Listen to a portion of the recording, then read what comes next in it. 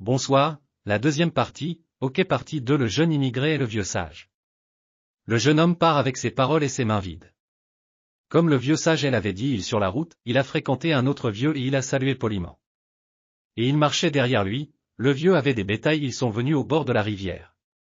Comme les Soninké disent il ne faut jamais tester le profondeur des eaux avec ses deux pieds, il a voulu traverser mais il est tombé le jeune homme voulait lui sauver, il a fait tous ses efforts mais il n'arrive pas à le sauver, parce qu'il y avait trop de vagues. Là le jeune a eu l'importance de la première parole. Peut-être s'il était devant il aurait décédé aussi. Après il a récupéré toutes les bétails il est arrivé dans un village où il y a beaucoup d'étrangers.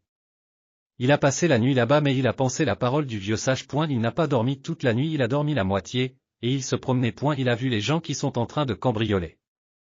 Et tuer les gens du village. Le lendemain matin le chef de village a convoqué tout le monde, et les étrangers.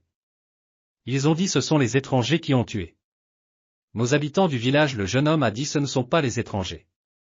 Ce sont les gens du village eux-mêmes ont tué leurs frères. Ce tels et tels et tels la point il a sauvé les étrangers et lui-même il est sauvé. Il a eu l'importance de la deuxième parole. Et il est parti à son village natal. La nuit tombe sur route il est arrivé chez lui en pleine nuit il est venu devant sa maison. Il a vu sa cage sa femme dort et à côté un homme il a voulu couper la tête. Mais il a pensé la troisième parole du vieux sage le jour quand tu seras en colère ne réagis pas sur place. Il a attendu jusqu'au lendemain le matin sa femme se réveillait elle a vu son mari elle est très contente et elle lui dit celui-là c'est ton fils. Il a 20 ans le jeune homme a eu les conséquences de toutes les trois paroles si il aurait tué cet homme c'est son fils. C'est de mettre le doigt dans l'œil.